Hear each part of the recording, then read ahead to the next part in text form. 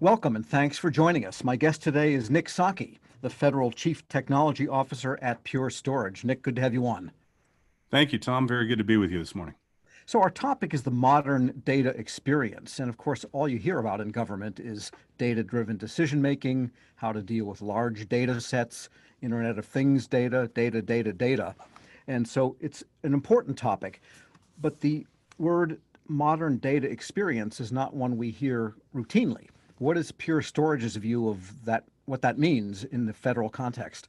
So, in the federal context, and really relevant to the era of cloud, as the government has adopted it and truly embraced it at scale, the modern data experience is a set of fundamental principles that Pure Storage describes what our customers expect out of their IT infrastructure and services today. So, we see the world of IT infrastructure evolving in the era of cloud computing, and the four fundamental precepts are that fast matters, that cloud is everywhere, that simple is smart, and it implies or specifically delivers a subscription to innovation. Okay, well, we can probably unpack each one of those. Fast, I can understand. Cloud is everywhere, I can understand. Simple is smart.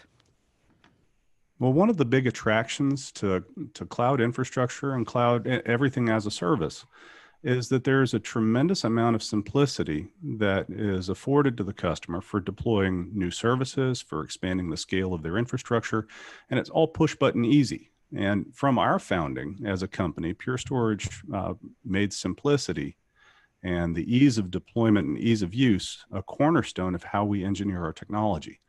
So we see this as a broad recognition and adoption of that principle, but it is something that we are committed to making even smoother and faster and easier for government agencies and organizations because it simply enables you to spend more time working and less time working on stuff to get work done. And that fourth bullet, subscription, I think implies something about Pure Storage itself. I think those that know the company from earlier on thought of you as a manufacturer of solid state drive hardware. But as you move up the food chain into the services area, is that how subscription comes in? It does. So the Pure Storage pioneered a sustainment model that we call the evergreen storage model, wherein we were doing in-place, non-disruptive technical refreshes of our customers' systems, and it was included in the cost of their maintenance subscription. So the customer always got an increased level of capability and performance in their on-premises infrastructure. And the evolution of this is really also very closely paralleled to the deployment of as-a-service capability, where the services that customers are using are updated under the covers, or even on premises in a continuous innovation, continuous deployment development model. The services and the infrastructure themselves are continually being updated. But until we started doing it with infrastructure, nobody had really taken that approach to IT hardware infrastructure. Well, in the era of cloud and in the modern data experience, that's a continuing commitment and emphasis from us to continually update and improve the underlying IT infrastructure that our customers procure. So whether that's consumed as a service on a subscription basis, or it's consumed as a procurement and a capital expense and deployed in the customer's infrastructure, we have a service delivery model that enables us to continually upgrade and improve the performance and capability of our customers' equipment or their cloud-based services. And it's completely transparent to them. It simply happens as a function of their subscription. So it really does some incredibly powerful things, both in improvement of the agency's effectiveness and ability to accomplish their mission, but it also has tremendous benefits to the sustainment and operations maintenance expenses and outlays. It cancels technical debt and it frees up resources for pursuing other initiatives. And that idea of data storage as a service, maybe describe how that is distinct from an agency standpoint from everything else as a service, because the cloud model implies that pretty much everything is scalable, descalable, and available on demand. When you need it, turn it off, turn it on. So what's unique about data storage as a So, service, or what are some so of the unique services? it's a great question. So data storage as a service, data as a service, or what we call, Pure Storage as a service is a service delivery model. for delivering cloud data services, both on premises and in hosted infrastructure. So it provides economical access to the best technology on demand and provides assured and continuous improvement of that service. So the old saying in government acquisition is that you can get good, fast, or affordable, pick two. The aim with Pure as a Service is to break that constraint and provide good, fast, and affordable. So you get, obviously, as we discussed previously, the assurance of continued improvement in the infrastructure, continued scalability as technology evolves, but no appreciable increase in cost and a tremendous reduction in sustainment cost by putting the burden of sustaining that back on the vendor rather than incurring that as an agency or organization. And just as a side question or a related question, the storage of the data in the cloud, and speaking as a infrastructure hardware or partial hardware manufacturer, that is to say you make part of the infrastructure, where physically is it hosted? Can it be in any cloud? Because government is using a multiplicity of commercial cloud service providers. That's also a very good question. So as far as where we currently are available, we're currently available in the AWS GovCloud. Our cloud block store software defined storage platform is available in GovCloud. It'll be available in Microsoft's Azure cloud environment later this year. And we are also looking at how we can provide the same level of service in other cloud service providers. Now, there are other ways to deploy this too. We can deploy the actual physical gear in a colo facility or a managed service provider, and we can also deliver the gear basically on a subscription basis itself into the customer's own data center. So there, it's that, again, that as a service piece presumes the flexibility in how the customer wants to consume their data service, and that's why we say cloud everywhere. We can deliver the same kind of economic and technology model both on premises and in hosted infrastructure or the public cloud.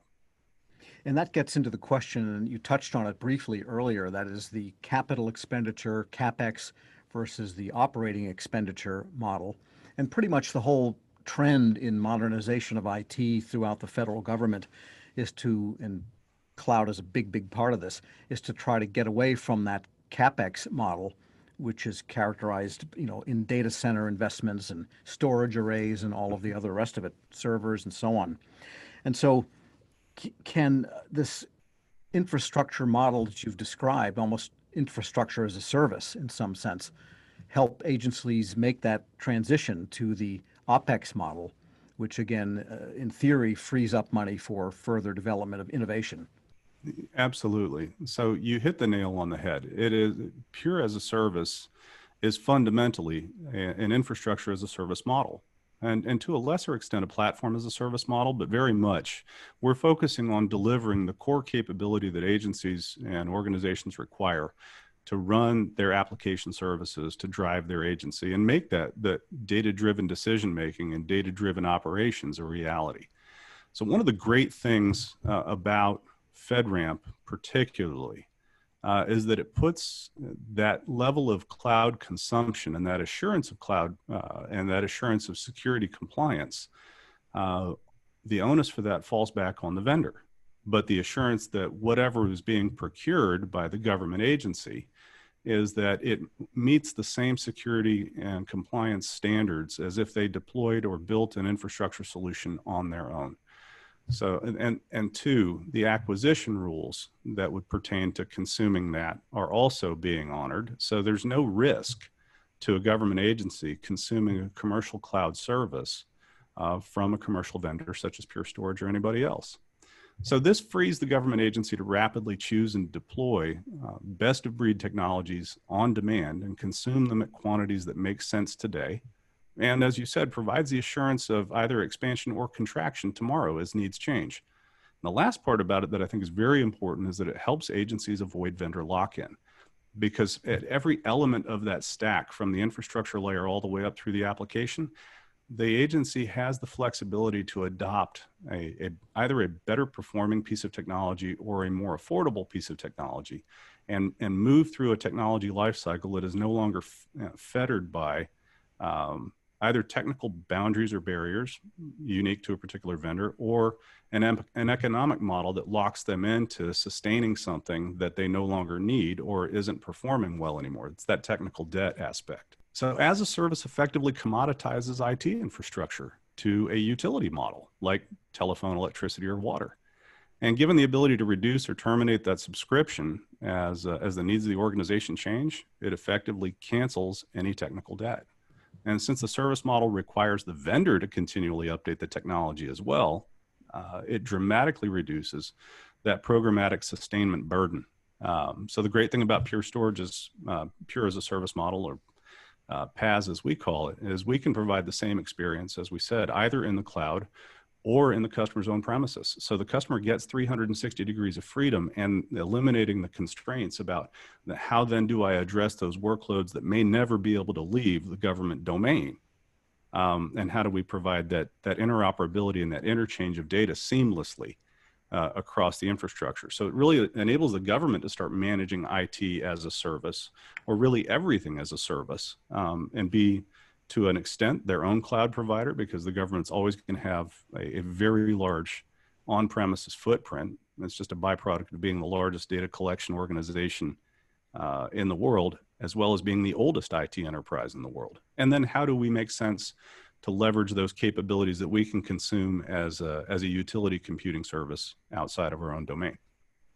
And just a quick follow-up question, because you described earlier the idea of having maybe this service-oriented storage complex even on the government premises, in which the upgrades and the updates are done at a continuing level cost in the background, which gives it that cloud feel. A lot of agencies are worried about the egress of data costs when they're using commercial clouds.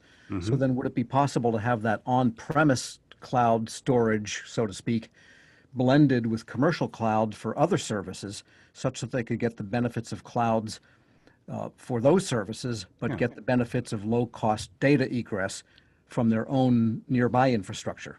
Efficient use of networking is as essential in the cloud as it is on premises. So there's no free bandwidth. And in some respects, the way cloud service providers monetize data movement kind of reminds me very much of the telephone companies in the past, where they charge you for long distance calls. So our integrated data management services in our systems, both in the cloud and on premises, work to reduce the amount of data sent between the systems and reduce the amount of data actually footprinted in the storage media itself. So we deduplicate and compress all of our data, which delivers about an 80 to 90% reduction in storage consumption. And when you're storing data in somebody else's architecture, reducing that footprint can translate into a tremendous amount of savings all by itself. Additionally, when we move data between systems, we're only sending differential data between the two systems, and that data itself is further compressed and deduplicated. So all we're sending is very lightweight amounts of data between the on-premises systems and the cloud systems, or even between cloud-based systems. So that reduces the data movement costs. There's also the wild card that you're implying is, how do I move from one cloud service provider to another, as either technology and or economics indicate that somebody else may have a better deal from my agency. And this is where our on-premises systems can be extremely valuable, in that it effectively functions as a cloud data broker. Your ability to snapshot your data from the cloud to the ground and into another provider's cloud gives the government tremendous flexibility and freedom in how they choose to deploy and on what services they choose to deploy their data. So this mechanism for really manipulating data is a lot of the reason why we say it's not a storage platform, it's a data service platform. Okay, on that note, we'll take a short break, and I'm going to have some follow-up there. My guest today is Nick Psaki, Federal Chief Technology Officer at Pure Storage, and I'm your moderator, Tom Temin. This discussion is The Modern Data Experience, sponsored by Pure Storage here on Federal News Network.